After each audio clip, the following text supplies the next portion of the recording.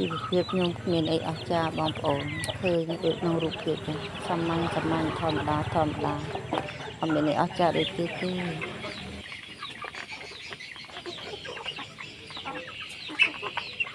ថ្ងៃនៅវិល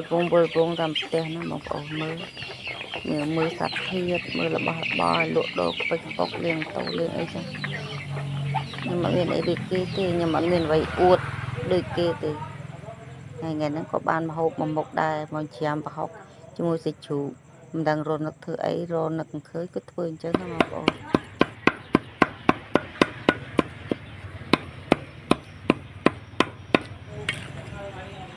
ប៉ុន្តែធ្វើច្រាមប្រហុកហ្នឹងធ្វើលើកណាក៏អស់បាយច្រើនណាបងប្អូនដឹងមិនផ្ទះខ្ញុំនឹងចូលចិត្តតែមកវាមិនអស់ចាស់ដូចគេតែប៉ុន្តែឲ្យតែធ្វើម្ហូបមួយមុខហ្នឹងគឺដឹងអស់បាយច្រើនហ្មងហើយមកខ្ចប់ជាមួយស្លឹកកាមៀទៀតហ្នឹងបងប្អូនលាយពងទាលាយសាច់ជ្រូកអីចឹងទៅហើយខ្ចប់មួយស្លឹកល្មៀតហើយយកទៅអាំងបងប្អូនឃើញទេក្នុងនោះ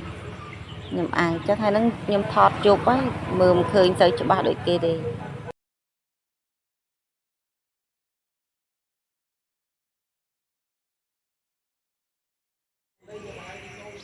ការងារសាមញ្ញថ្ងៃហ្នឹងមកកាត់តកួននៅក្រោយផ្ទះម៉ែដើម្បីយកទៅ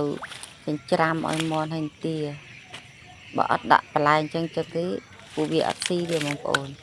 ចិញ្ច្រាំឲ្យម៉ត់លេខកន្ទុកលេខបាយលេខអីចឹងបានទឹកពួកវាស៊ីមានអីទេបងប្អូនការងារខ្ញុំមានអញ្ចឹងប៉ុន្តែហត់ទៅបងប្អូន